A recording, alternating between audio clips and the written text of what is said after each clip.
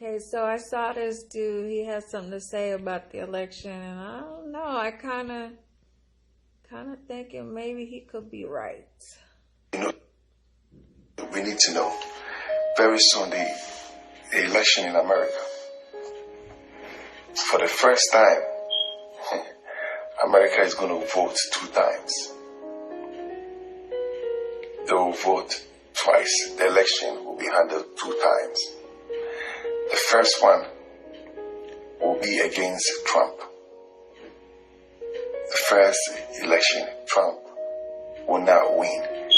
And there are going to be arguments and all kinds of things are going to happen where people, a lot of Trump supporters are going to say it is rigged or they've manipulated the figures. So America for the first time is going to go into second vote. And the nation will be called upon to vote again. Now, on the second vote, they realize that Trump won. And then people are going to rebel. There's going to be riots everywhere in the nation. Other countries, the European countries, everybody will get involved. And there's going to be a civil war. There's going to be a war. There's going to be a war. Before Trump would leave office, there was going to be a war. There's going to be, hear me, there's going to be war. Before Trump would leave office, there's going to be war.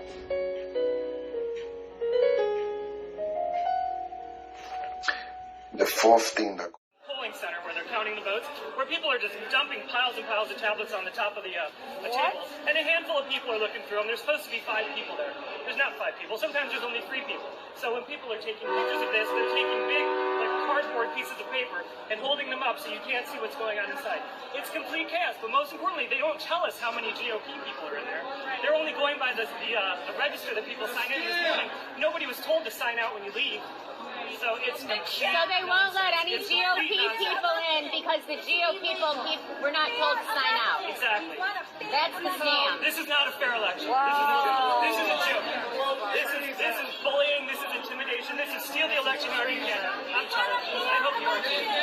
So I just grabbed one box of 500 names of people that are not on a register. They're not on the supplement list. Were you in there? She was in there this morning. No, I've been in there all day. I just left. And so why won't they let anybody into view? Their capacity. They said there's capacity. In the morning, you could just walk right in. So I trained and walked right in. Because of COVID, they're saying capacity? We all have masks on. No, with our masks on. I think it's the poll workers don't wanna like us see. there. And they're very rude. But you're allowed legally to go. It doesn't say there's capacity. That's why we have the Supreme Court order. And not to let us in the building? And they're dragging luggage, they're dragging bags, they're dragging igloos, like ice chests. They're there doing 5 to 6 hour shifts, and yeah, I mean they were taking those items in with them into the clear glass windowed room to the back, and that's the area I couldn't cross into.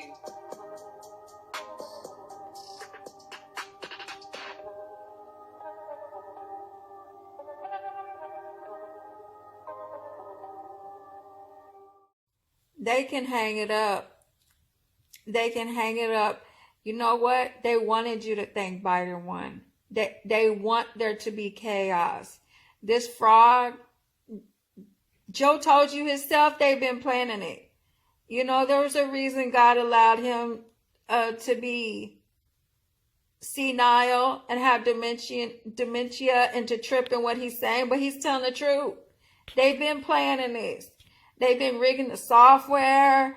They've been holding fake ballots. They completely stopped the count so they could know how to come up with enough votes. They did this before, but guess what? When they did it before, what happened is they didn't cheat good enough. So they still didn't have enough votes. So they prepared for this. Listen to what Biden tells you in his little speech where he's literally talking out the side of his neck, but he's telling you the truth. What comes out the mouth is in the heart of a man. This man just is out of there. That's why they chose him. They can control him. But obviously they can't control his slip of the tongue. God meant for that to happen. Pay attention, man. They gonna redo this election. If all this wasn't enough, in Antrim County, ballots were counted for Democrats that were meant for Republicans, causing a 6,000 vote swing against our candidates. The county clerk came forward and said tabulating software glitched and caused a miscalculation of the votes. Since then, we have now discovered that 47 counties use this same software in the same capacity. Antrim County had to hand count all of the ballots, and these counties that use this software need to closely examine their results for similar discrepancies. The people of Michigan deserve a transparent and open process.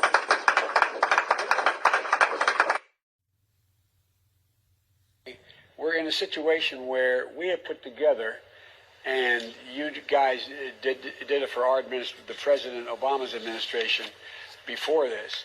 We have put together, I think, the most extensive and inclusive voter fraud organization in the history of American politics.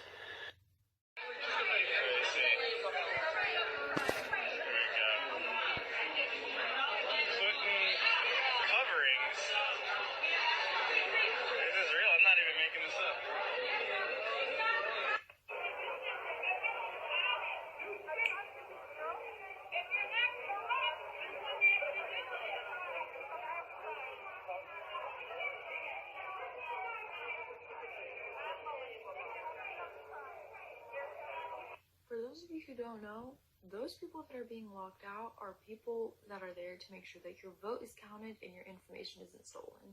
And Instagram, Twitter, and TikTok are deleting posts that have those videos in them. Thankfully, though, they can't delete all the posts. And just like y'all wanted to take Trump to court in 2016 if he won, we will be taking Biden to court if he wins this year. And those videos are just the evidence we need. There we go. Explain one more time. So the people that were in front of me, there were two people in front of me that used the Sharpie. Yes. That was given to them by the poll workers. Yes. It did not read their ballot. Okay. And they slid it in there twice. I used a pen. Yep. Took their Sharpie and threw it away. And it read your ballot. And it read my ballot. And it read your ballot. And it read my... So apparently the Sharpies, what happens is it bleeds through the paper, and you know when you put Sharpie, because the ink will just bleed through, and then the machine won't be able to count it. So what they're doing is they're telling people to use the Sharpies. That way, those votes aren't counted. Yes. That's exactly what's happening. So there was other people that were in there voting with their pens, and they literally went around and they were yanking pens out of their hands. Yes, they tried to do that to me, and I took the Sharpie and I hid it, because then they said, look for all the Sharpies that are not being used and take the Sharpies back. They had a bowl of pens behind them. So basically telling the Trump voters, use the Sharpie, and then take them all back so they can reuse them and create more fraud for the next Trump supporter. That they were not giving to people and only giving Sharpies out. There we go. So the ones with the Sharpies are not being read at all. No. No. None of those ballots are being read. Of course not. So that's again, and so they're doing it because they're trying to skew all of the votes in Yeah, there. and they That's didn't, exactly and they what's didn't going try on. to even slide it more than one time. They immediately took it and slid it in the front, like not even tried a second time. They just That's correct. ran it through and slid it in the front, and I was like, wait a That's what they did with yours? Yep, and I just went with a Sharpie and voted Trump, and she just slid it in, and that was it. But they're not counting. They're not counting the ones with the Sharpies. And so they're forcing people to use the Sharpies, and those votes aren't being counted. Right. That's what's going on. Right. And then I posted it on my Facebook group chat in my neighborhood. They said they did it at the Queen Creek Library. They did it at ASU Polytech earlier. So anyone that's been in those places as well, leave comments below if you've got any footage as well. We need to expose this if this is happening. Yeah, we're up by 400,000 votes, with 86% of the precincts in. 86%, and we have Republican votes still coming in from Trump country. And the Democrats know that the only way that they can win this election is to cheat in Pennsylvania. And we've seen it from day one. We've seen it from day one. We found ballots in drainage ditches. They're not letting our poll watchers watch the polls. They're not letting them inside. There's video after video of them passing out collateral material in polling sites all over Philadelphia. They're trying to cheat. They're trying to cheat. They have 3x5 printed big posters in polling locations all over the city saying to vote for Biden and Harris, which is totally illegal. They're passing out flyers. The supervisors of elections, we have them on video, certain ones wearing literally Biden-Harris face masks in polling locations, which is totally illegal. And now they won't let, and we brought one great gentleman here with us today, Jeremy, who's a poll watcher down at the convention center. They won't even let him watch as they count the ballots. They put them behind a fence 40, 50 yards away where they actually can't see the counting happening. Guys, this is fraud. This is absolute fraud. We've seen it in Philadelphia before. They're trying to make a mockery of the election of this country. My father is up by almost 500,000 votes in this state with 86% reported and plenty of red counties left to go. Plenty of red counties left to go. We're going to win Pennsylvania, but they're trying to cheat us out of it because they know it's their only path to victory. They know it's the only path to victory. And so we came here today. We met with all our lawyers. We are going to file suit in Pennsylvania. It's a shame that we have to do that. It's the last thing that we wanted to do. It's the last thing my father wanted to do. But this is rampant corruption, and it can't happen. It simply can't happen. It's not fair. This isn't democracy. And with that, I want to pass it off to the great Rudy Giuliani, who's really leading the legal effort, and you'll be hearing from Rudy quite a bit. Please. Thank you very much, Eric. The Biden crime family stealing the election. The media's covering it up. The Biden crime family stealing this election. The media's covering it up. Get on him, boy. Now, the protester left and did not come back. Now, one thing Gloria says is that every day from this point on at 10 a.m. there will be a press conference to talk about the mail-in ballots and the process that they're making. All right, Yati Chen came to this country from Taiwan and became a U.S. citizen in 2016. She's very concerned about following the rules in this very important election. But take a look. She's received 2 ballots, exact same spelling of her name, exact same address in Daly City. When you got that second ballot, what did you think? I'm thinking, what happened? What went wrong? What's the second one for? Which one should I vote? And then she was like, which one is real? Which one do I use? Are they going to throw out my vote because I have 2 ballots? Yati and her boyfriend contacted the I-Team to get to the bottom of it. And she didn't know what to do. This is why I immediately contacted you, Dan. I've seen your shows over the years, and what you do is helpful to society. They want to know, could this be an example of potential problems with the election that President Trump has been warning about as recently as last night at a rally in Florida? So get out there and vote. Send in your absentee ballot if you've requested one. Be very careful. A lot of shenanigans going on. You see what's happening every day. You're reading it. I went to the San Mateo County Elections Office for answers and found a steady stream of voters dropping off their ballots at a deposit box. I also met county election official Jim Irizarry and asked about Yati's duplicate ballots. The issuance of 2 ballots is a normal and customary process in every election. Irizarry tells me San Mateo County has 436,000 registered voters. Each is receiving a ballot in the mail, and he estimates 1,200 voters will get double or even triple ballots. And ballots are generated twice when there is a change initiated by the voter or by the Department of Motor Vehicles for a change in address, a name change, and then automatically a second ballot would be issued. Irizarry assures Jill Stokey. I went to vote and was told I already voted. I pursued the matter, and in years past, I always voted in person. This time, they mailed out the ballot, and somebody took my ballot. They also took the ballot of my roommate. I was told by the interviewer from Channel 8, when I said, did other people do this? He said, yes. He said, you're the first double. Thank you. Democrats changed this election system. They gave us mail-in ballots, and despite the fact that there are examples of thousands of ballots being mailed across this valley in trash cans in apartment buildings, people getting as many as 18 ballots to their homes, We knew these rolls were unclean, and we were told that signatures would save us from all fraud. But to date, we still have not been able to observe these signatures or meaningfully challenge a single mail-in ballot out of hundreds of thousands of casts. We firmly believe that there are many voters in this group of mail-in people that are not proper voters. In the last many days, we have received reports of many irregularities across the valley. We believe that there are dead voters that have been counted. We are also confident that there are thousands of people whose votes have been counted that have moved out of Clark County during the pandemic. Today, we have a voter, Jill Stokey, who was denied access to vote. She showed up to vote, and she was told someone had already cast her ballot, and she was denied the opportunity to vote. We are filing in federal district court here in Las Vegas.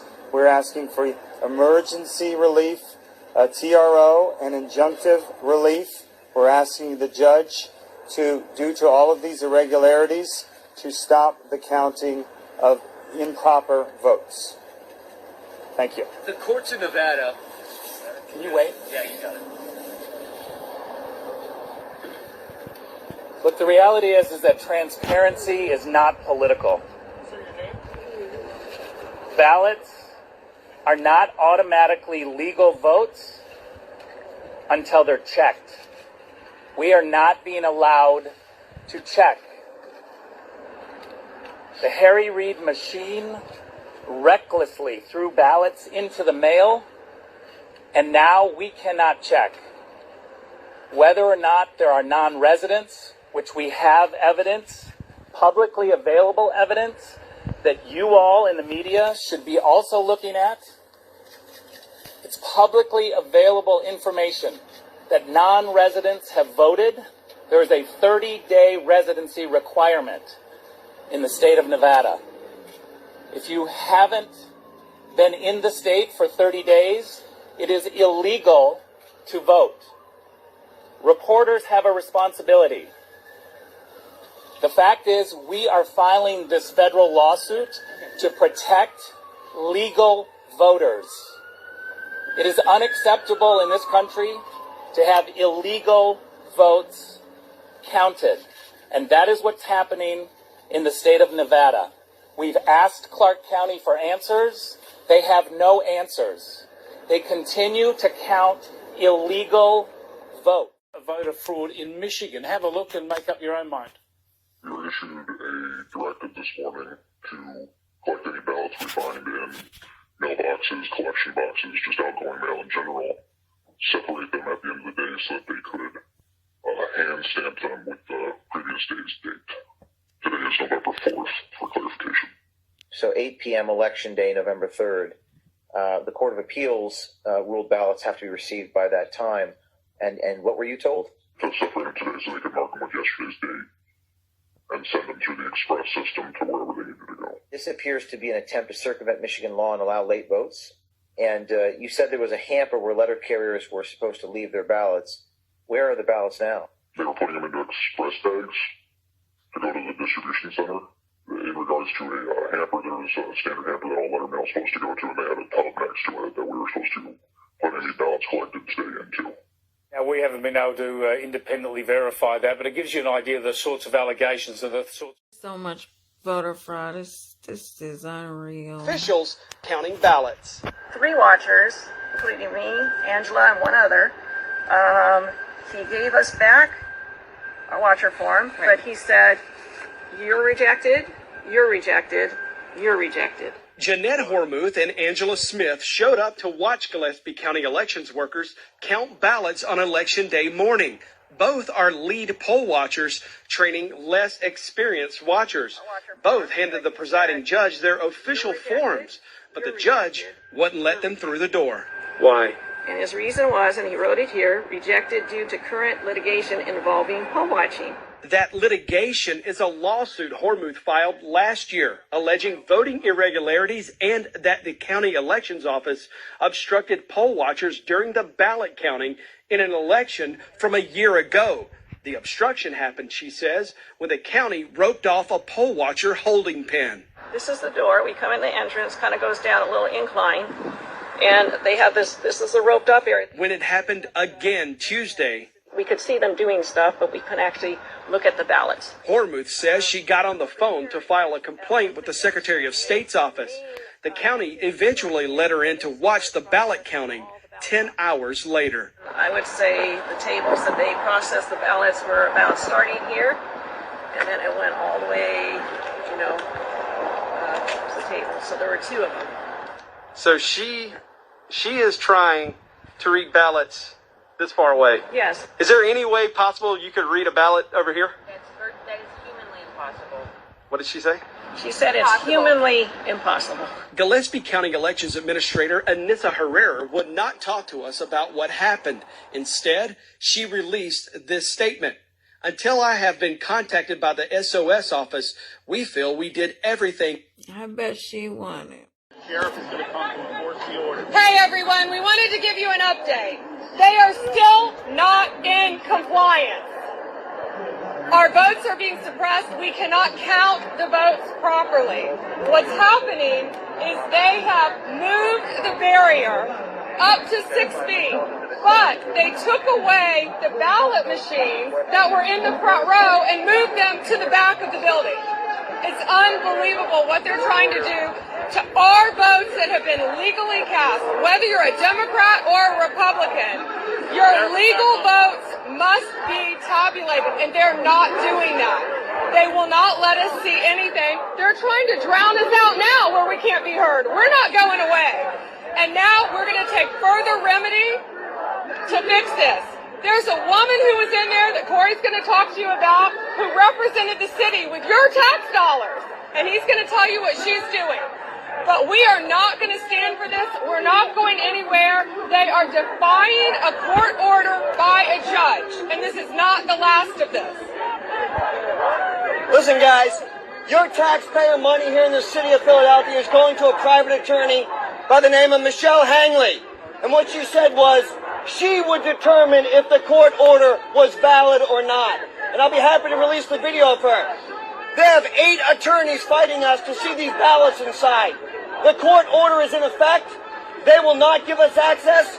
And the sheriff has decided not to come down here to enforce that court order. The sheriff of your county will not come down and enforce a court order. What is going on in this city? What are you hiding? Open up the doors, let us in, let us 6 feet away so that we can have a free and fair election. Whether you voted for Donald Trump or you voted for Joe Biden, everybody has a right to witness what's transpiring here. This makes it look like a kangaroo court. We deserve better, and we're not leaving until we witness every single vote that transpires in here. I love this lady right here. This is Michelle Malkin. She is on point.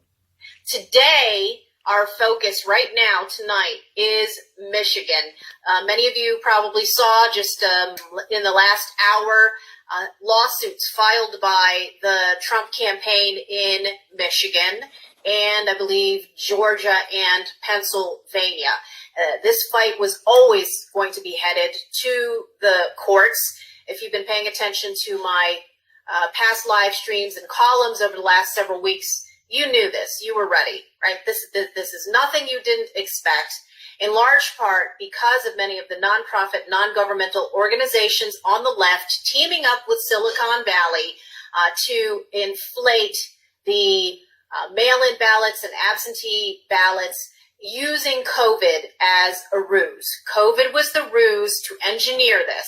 And if you're wondering why unmarked white vans are showing up at polling places, dropping off massive numbers of ballots that all have Biden marked on them, it is because of groups like the Center for Tech and Civic Life. And I highly recommend that you have friends who are scratching their heads wondering why this is happening, that you go follow my Twitter feed right now. Of course, we're all being throttled, including, of course, and especially President Trump. Every time we expose what's going on, this is all part of the plan.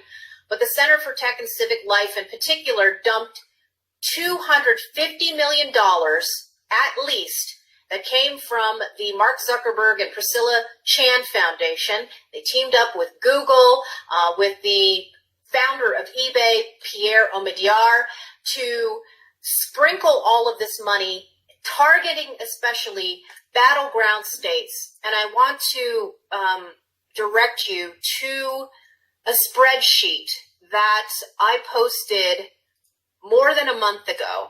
Let me just share this with you. And bear with me because this is super important to remind you of this. So many people weren't paying attention when they should have been. And you can see who it is that's responsible for all of these mystery ballots all of a sudden showing up. So let's see, I think it's this one. Here we go. These are the top recipients. These are the top recipients of Center for Tech and Civic Life money. These are the people who were training city workers to collect all of these ballots, sometimes in public parks, and using unsecured canvas bags to collect all of the ballots, throw them in there, and then have them carted off in mystery vans that disappeared and now are suddenly reappearing. Philadelphia, Pennsylvania, $10 million. That, of course, that was a Clinton stronghold. Detroit, Michigan, $3.5 million. This is cut off here, but the vast majority of the rest of the top recipients of these grants were in Wisconsin and Michigan. So here's the rest of the list. I'll just read it to you. After Milwaukee, Green Bay, Madison, Racine, and Kenosha, Wisconsin, the next largest recipients were the cities of Flint, Lansing, Muskegon, Ann Arbor, Saginaw, which Trump won by less than 2% of the vote, Pontiac, Michigan, and East Lansing, Michigan. There are no coincidences, and it appears to me that the Justice Department fell down on the job. I notified a top official at the White House about this in late September. Nothing happened then, and so now we're playing catch up in the courts. And meanwhile, on the ground, we've got these incredible grassroots activists who've been the eyes and the ears, trying to make sure that corruption and fraud are stopped in their tracks. And one of them is Matt Seeley. Hi, Matt. It's great to see you again. It's so good to see you. Yes. So just a bit of background. You are with the Michigan Conservative Coalition. Your actual title is? Spokesman. You are a spokesperson. You are the torchbearer for MCC. And I will never forget, I will be so incredibly indebted to you and all of the other activists there, Bill, who put together an incredible event back in February. Gosh, it seems like eons ago, doesn't it? No. So that was Battle Cry, Michigan. And I got to see you all at work. You are among the hardest working, most passionate conservative activists in Michigan. It's no surprise, of course, that your name and your work came up through the course of all of the COVID lockdowns, the craziness, the protests that you led that spread nationwide. Operation Gridlock. Yeah. Operation Gridlock, which we copied and did here in Denver as well, following you guys. You really are trailblazers. And I want you to just tell your story about what you've witnessed over the past 24 hours. I can't believe that your eyes are still open. I'm sure you haven't gotten much sleep because Wayne County, which is, I believe, is where you're a business owner. Is that correct? Yeah. Yes. And of course now is national news. I was going to play some of the video, but I'll let you just go ahead and narrate it, and then I'll bring the video up later. But of course, we saw people locked in, and what is going on at the processing center there? This is just such a insane, chain of events. last night I'm at home. I'm looking at this electoral victory that the president's lining up. He's ahead in every state. It's around 2 o'clock in the morning. He's got a 300,000 vote lead in Michigan. And then all of a sudden, you know, they call Arizona. They put the brakes on this whole thing. All of the voting count stops. And I feel like all of this momentum just was taken away, and that the entire broadcast is shifted towards how Trump's going to lose this thing. It was like surreal. So at the crack of dawn, we got a group of people down to the counting center after we heard that in the middle of the night that there were ballots being delivered and no one knew where they were coming from, and things were being run through counting machines without any verification. And basically, we got a ground game over to the TCF Center in downtown Detroit, which is where all of Wayne County was being handled as far as a count was concerned for absentee and mail-in ballots. So I get there, and, you know, it's just like total chaos in the sense that there's really thousands of people everywhere, and they've got all of these tables set up kind of in a rectangular fashion where there's a stack of ballots being put next to a person with a laptop. They scan the ballot. The ballot basically comes up on a monitor that the poll watchers can see, and they verify the ballot number, and then you can verify it on the screen. It gets passed down the table to the next person. They open the envelope, verify that the ballot's got that same number on the inside. It looks completely legitimate, right? Well, then all of a sudden, as I'm watching this, they're just bringing ballots and ballots from all of these different locations, and a lot of them were not scanning into the database. So there's this pile starting on the table. And as a poll challenger, I finally said to one of the supervisors, because you're not allowed to talk to any of the poll workers, I said to the supervisor, what's this, erroneous stack of ballots that you're accumulating here? He goes, oh, well, they're not in the database. They may be late registration voters, and we've got a manifest that was created over the weekend and into Monday, and we'll just manually check. I thought that sounded reasonable. Well, they go through, and guess what? Not one of these names is on there. So I'm walking around the center, and now I'm noticing that on every table, there's these big plastic storage bins that have tags on them that say problem ballots. And they're all getting dumped into these bins, right? So as poll watchers and poll challengers, we want to challenge every one of the ballots. They wouldn't give us the ballot numbers, and they told us that they weren't done processing those ballots, and that when they did, then we could ask for the ballot number. Well, as I'm standing there, another worker comes over and grabs the bin and then disappears into the crowd. And about the third time that happened, I followed the person, and they took it over to where the counting machines are, and they're running these ballots through the counting machines that absolutely have no traceability. They're not in the database. They're not in the late registration manifest. No one knows who these people are, and we had 134 stations like the one I just described. And out of those stations, we were supposed to be allowed to have an observer and a challenger at each one. We maybe had 50 people in the room, okay, with some attorneys. And we started putting the word out on social media, and then all of a sudden people were coming. And by the time we got to lunchtime, we had a couple hundred people ready to come into the room. And then all of a sudden they locked the doors and said, we're at capacity, no one else is coming in. And then they announced, if you guys want to go get lunch, go get lunch. So a lot of our workers left to go get refreshment in this ballroom that they provided us with, thinking that when we left the room, they'd let another Republican in to take our place, right? Mm-hmm.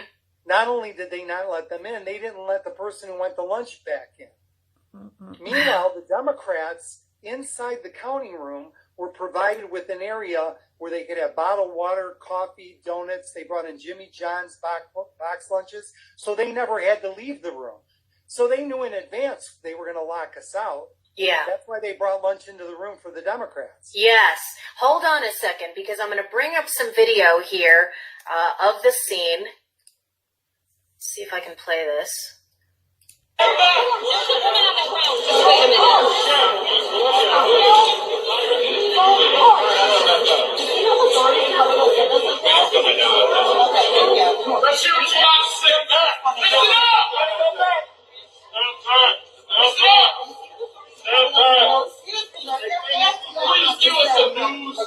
So, just a question, because I'm going to rewind this a little bit. So, who are the people here that we're looking at?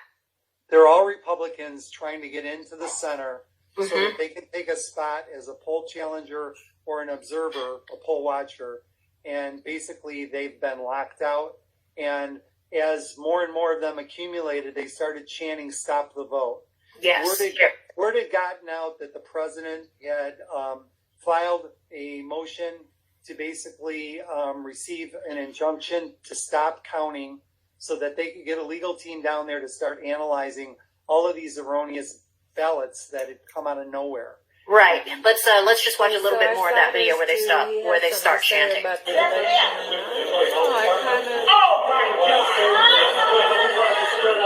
Okay, why isn't he wearing a mask right there then?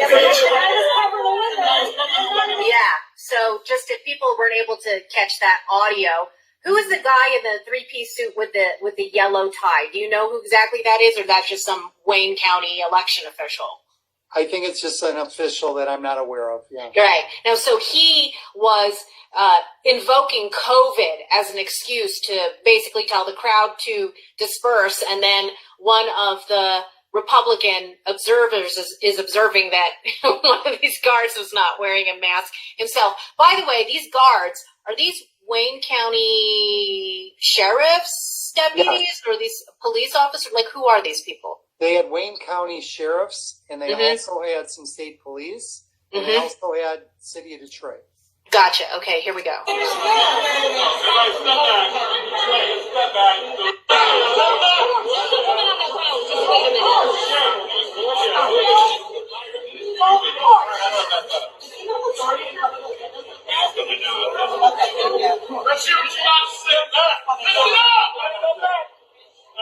Okay, so they were chanting "Stop the Count." All of those videos have gone viral. And when you talk about that there were lawyers, are these party lawyers or these private individuals with say nonprofit election integrity groups? So the Michigan GOP had some staff lawyers that were there, and they had also reached out to some other people who are volunteers to come down. And we had lawyers being ejected. One was told he had a very big beard and he had a mask on, but they said that he was, a COVID risk and that he was taking his mask off, and it wasn't true at all. And they ejected the lawyer from the room. And then any poll challenger like myself, if we challenged too much, they would be ejected from the room.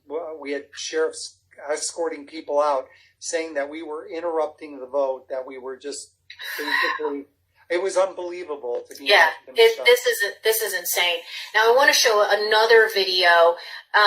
I mentioned that in Wisconsin, when I was there more than a month ago, that a local grassroots conservative talk show host, Vicki McKenna, had been tipped off to ballot harvesting that was being conducted in conjunction with this nonprofit that has poured all of this money into battleground states called the Center for Tech and Civic Life. And she and her listeners had captured video of these unmarked white vans being loaded with these unsecured bags of ballots. And so, of course, it caught my eye. And again, this is, let's see, well, Gateway Pundit did a story, and Texas Scorecard posted video of wagons rolling into, this is the same Detroit vote counting center, right? TCF? Yes. Okay, right. And this was early in the morning. So was this at the same time at around 3 or 4 o'clock in the morning, do you think? 4 o'clock in the morning, just magically 35,000 ballots arrived, and no one could explain where they came from or why. And the one person who got a shot of this van, it had an out-of-state license plate, and everyone just acted like it was business as usual. It's just funny. And Eric Trump got a hold of this, and thank God for him, he retweeted this, and it's gone viral. Yes, and it's business as usual in a third world banana republic. What is going on? I mean, it's just like I said, I went to bed and he had a 300,000 vote lead. We were told Michigan had 5.2 million votes total that needed to be counted, right? Yes. They got the 5.2 million votes, and Trump was still winning, and so was John James. And all of a sudden, they moved the goal line and said, "Oh, it's 5.6 million votes." Yeah. And Let me here we are. Now he's down 120,000 votes. Yeah. Let me play some of this video for people if they haven't seen it. Okay, here we go. White unmarked van. Nothing to see here. Looks Move like all those along. lock boxes. I wish I could tell. They've got the wagons. They got it. Everything outfitted here. Let's see.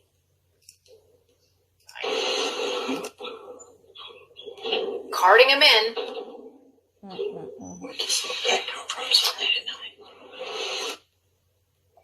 And there we go.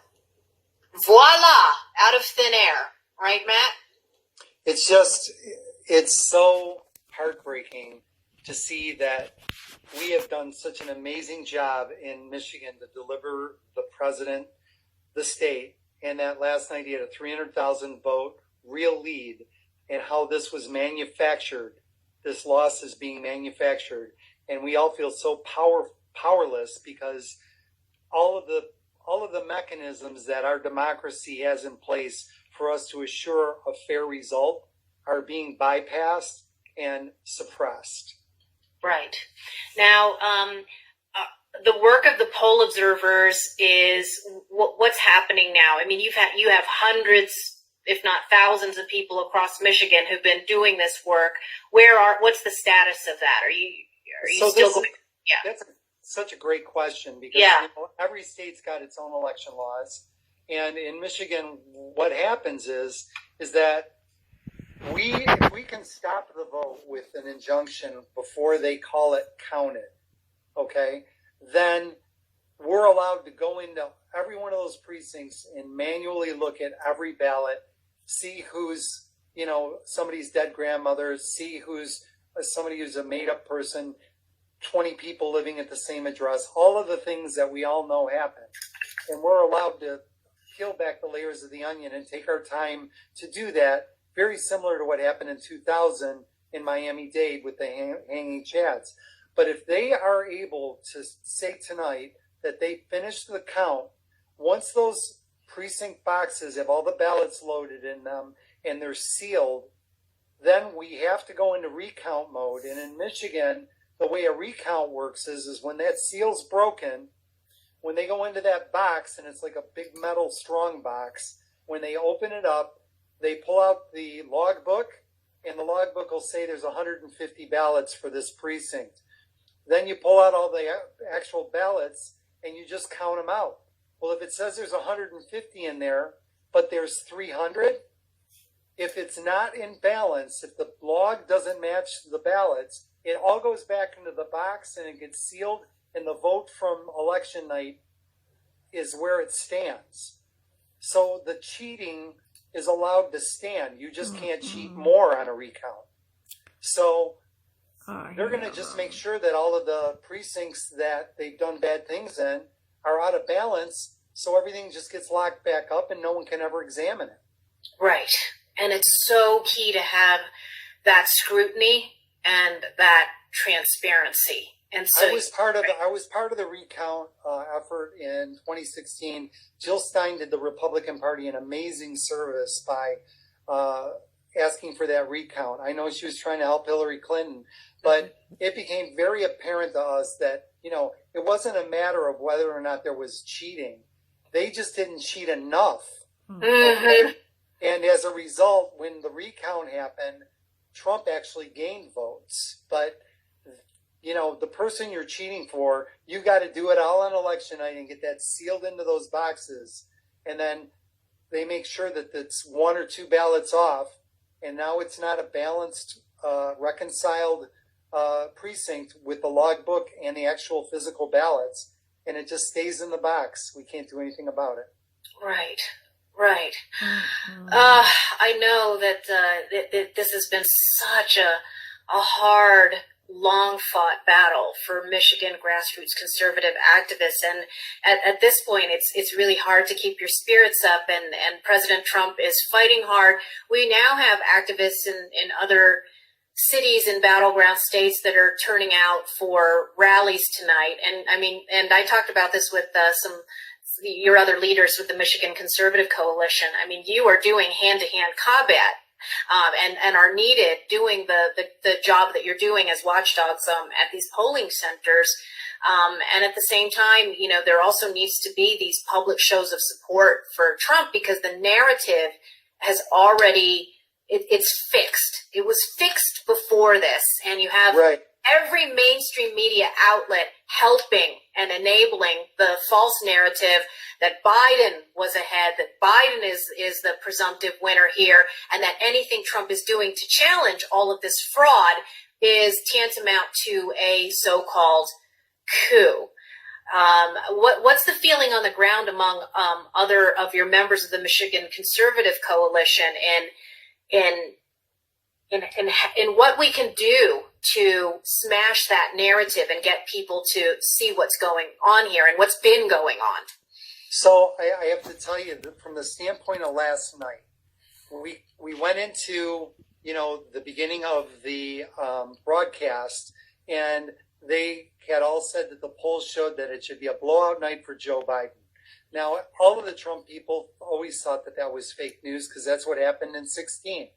So as the night started unfolding and the counts started coming in, and it became apparent that the president was going to basically hit every target state that he had hit last time and win those states again, that's when Arizona was prematurely called. And even Brett Baird, God bless him, said, you know, why are we calling Arizona with 73% of the vote in? And here's Texas, where the president has a commanding lead, and you guys will not call Texas, you know? And we still haven't heard, you know, Georgia or North Carolina or any of them. And then at that point, just about the time Texas was called and Arizona had been called, that's when the whole narrative changed, that Joe Biden was going to have this, you know, magical victory now that they went to the paper trail from the mail-in ballots and the absentee ballots. And I thought to myself at the time, okay, this is brilliant. They count all the walk-up votes that they know are Republican. They find out what the lead is. And now they say, okay, now we're going to count all of the ballots that are mailed in and absentee, and we can manufacture a win in every state because we know how many votes we need to win. Yes. Yes. Not one state gave us a count at the end of the night as to how many ballots they had.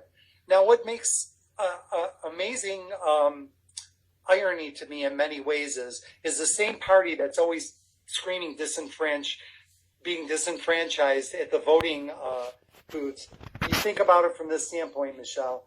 You've got all of the walk-up votes. The machines tabulate how many people voted for the whole state. You know immediately when the polls close, you know, Michigan had, let's say, just 3 million votes at walk-up voting. All of that time that all those paper ballots were sitting, waiting to be opened and counted, they should have added total, right? We should have known the second the polls closed that Michigan's going to have 5.2 million ballots when this is all over with. Yeah. None of those states would give a grand total because they need a moving target to manufacture wins. Yeah, that's right. Florida did not have any trouble counting by election. You know, Florida's got close to 22 million people. Exactly. And it's an elderly population. They have more absentee voters there than any other state, and yet they delivered their count and were basically called by 11 o'clock. Yep. And then here you got Michigan, who's got 10 million people, and here we are. Yeah, and North Carolina, which is not going to get around to counting more ballots until November 12th. It's just unbelievable. I just, my heart breaks right now. You know, I agree with you, but I hope it inflames people is what I'm hoping. And, you know, many of us have warned about this kind of engineered chaos for a long time, and it speaks to the ruthlessness with which the left conducts its business by any means necessary is, the official slogan of many of their most extremist groups. But that is the center of the left, and they're doing it. And in a way, I don't know if you agree with me on this, but it's a sort of a perverse backhanded compliment. They're always united behind this singular goal of obstructionism and destructionism, for that matter. And they're all concentrated. I mean, they have the academic concept of intersectionality. Whatever their disparate interests are, they're all headed in the same direction with this one goal, and they all unite. Oh, if only it were so among all the different factions of the right. I mean, here, President Trump, for the last 4 years, has had to combat not only the forces of the left, but the never-Trump conservative, so-called conservative establishment Republicans who are on the same side as the left. Well, look at it from this standpoint. The President of the United States presides over a $6 to $7 trillion annual budget, okay? Mm-hmm. I mean, that is the most powerful person in the world. That is the largest amount of money to be in control of and divvy up and to spend. And we are not at war. This is the most peaceful the world has been in my entire lifetime. He's been dialing everything back. So the industrial military complex is not happy with this guy. He's going after the pharmaceutical companies and dialing that back. They're not happy with this guy. The Middle East has become irrelevant to the oil industry because we're net producer and we got all this people going to work creating energy for our country. So they're not happy with this guy. And you go down the list of all of the people, and obviously China is a huge factor in this as well. All of these people that are used to getting their slice of the pie are not getting that now because he's actually doing the right thing. And he's looking out for people like you and I. Yes, that's absolutely right. And that's why all of these various forces are allied with each other. I mean, President Trump poses a bigger threat, existential threat to all of these various forces than any other political figure in American history. And of course, we have to make sure to mention big tech and Silicon Valley in all of that. First, by some miracle, I'm still on many of these platforms, and there are thousands of people who watched us on Facebook, YouTube, and Twitter tonight. If people want more information, they can still follow you on your own Facebook page, which is at Matt Seeley. Is that right? All right, I'm going to stop that there because I got way more to show, but you should check her out. And yeah, him too. It shall come, and this is not to speak bad about this one. There is a president who will come. And God says he will have absolutely no fear. Trump. Absolutely no fear. Will be decisive, make decisions. And then in the middle of the restoration of America, rapidly because of a source of energy that shall come quickly, and because of medical breakthroughs, and because of agreements between nations, specifically China. God said they shall say, we never dreamed this would happen. When they shall say, Christ will reign, and this we shall not implement at all socialism. Where they have said, we will make history without God. No, you will not. Oh! No, you will not, says the Lord. For they are saying, how do we kill the giant? How do we kill the giant of death? How do we kill the giant of socialism? How do we kill the giant of human secularism?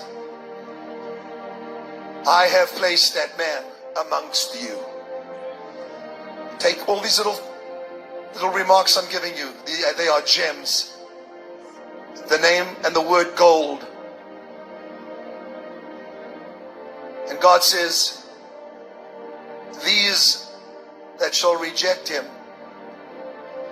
shall be shocked at how he takes the giant down. But God said, watch. I said 20,000. Look not to Wall Street, however, observe. And they shall say, what is your plan for this giant?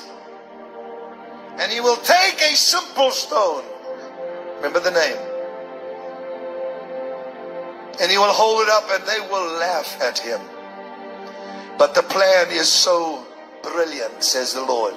It could only have been given by me. They will shout, impeach, impeach.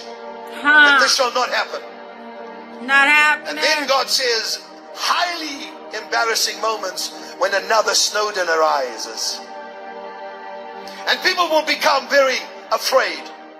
And God says, healing shall begin and then it shall flow rapidly. Schools will be free from potential damage and danger, shootings and murder, drug addiction. Cartels shall be afraid of a woman. A woman anointed by God. A woman set aside. And God says they will say we hated her, but now we love her. For she shall take the oil of healing and she shall pour it upon the scars of those left and those right, and of the new party that has come forth and emerged. Therefore the healing that is necessary for this nation shall come at a time in the middle of the presidency. There shall be a woman that shall come. And God said there shall be oil that shall be poured upon the nation. And they shall suddenly feel the healing. And they shall say, it is well with my soul. It is well with our soul. For the soul of America has been corrupted. The soul of this nation has been corrupted with bitterness and anger. And God said she shall say, no more bitterness, no more anger, no more division. So I was overwhelmed by a strong presence of hatred and bitterness permeating from the citizens of the United States of America. When I sensed this, I sensed I was literally tasting the bitterness. Not that would only come, but that is present. And God was so grieved that politics and the economy and the news media has put us in a position where we are completely corrupted in our hearts, and bitterness is coming forth instead of praying prophetically, calling out to God.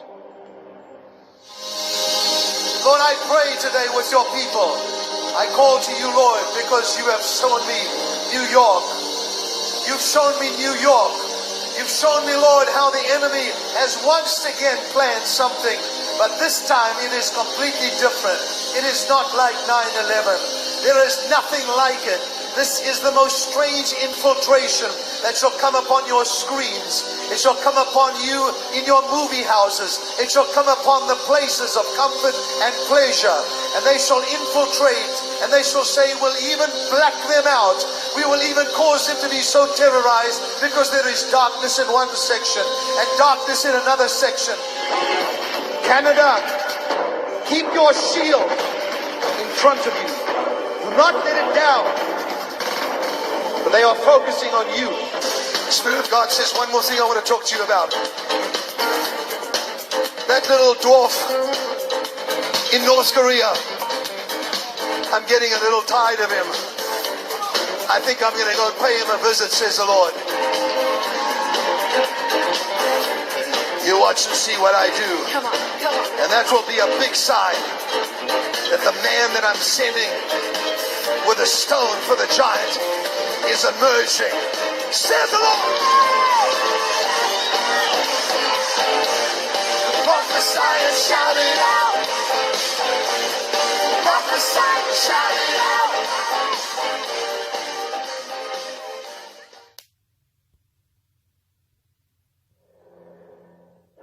Greetings, everyone. So interesting to be a prophet, but honestly, when you see what's unfolding, I'm standing on the airport right now, about to leave for New York, and I must tell you, it's just amazing what's unfolding already. God told me to go to New York, and I shared, of course, before that when the Spirit of God leads you, even as Paul was led, sometimes it's not very clear, but the dates changed slightly for New York, and just before I left, I said to my team, I need to meet with some leaders, and specifically felt that I should meet with Donald Trump. We're about to leave now, and I found out that he's just announced that he's going to run for president. That is important to me, because when the Lord leads me to put my feet on the ground in any region, there must be a reason for it. Sunil, I don't know what your feelings are, but Sunil's standing with me just before we get off the flight. Maybe you can just share a little bit. Kim, I think it's simply amazing to me how events suddenly align and orchestrate themselves to coincide with your boots hitting the soil of New York. You know, I'm being told by our team, who's updating us now about Donald Trump announcing his candidacy for president, that the motto he's using is "Make America Great Again." And you're going to the very soil where 9/11 took place, where the enemies of America tried to deal a permanent blow to puncture the heart of America. But we're going back there now. Your boots are going back there now. And as you have prophesied, indeed, America is resilient. So I'm very much looking forward to seeing what comes forth on this trip. The Spirit of God says a divine acceleration is taking place throughout this nation. Some are weeping and crying, and they say, look at what happened to the House, and look what happened to the Senate. This is my doing, says the Lord. For this nation is being protected by my Spirit, by my prophets, and by my apostles. The gatekeepers, even though they should be, the gatekeepers are not the senators nor the governors in political realms. Some are and some aren't. But God said, my gatekeepers are the apostles and the prophets in hiding at this moment in time. But God said, even in your houses, amongst your children, tattooed on their skins, tattooed in their hearts, is the love and desire to be the voice of God. There is a fresh flow of the Spirit coming. It is coming from an open heaven. It is coming from an open tomb. I said it's coming from an open heaven, and it's coming from an open tomb.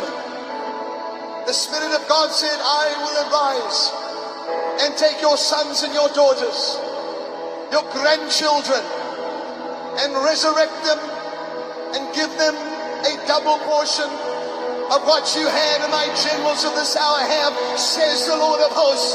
Come on! But the Spirit of the Lord says, I have young men and women, 16 years, 17 years old, 22, 25, like David, and they do not want to hide under the armor of Saul. God says there is a new way, and yet it is an old way. I am a stone for this generation. I am the stone for this generation. That stone is my son. That stone is the rock, Christ Jesus. And that stone shall be given to the Davids of this generation. And they shall bring down the force of hell that is crying from Russia, from Syria, from Iran, from all over the world, crying, give us blood, give us blood, give us blood, give us blood. But the Spirit says, no, there shall be no world war yet. For I am yet to show you the manifestation of a rock in the hand of a generation that shall bring down the voice of hell. This is my will. Look for it, for it is coming, says the Spirit of God.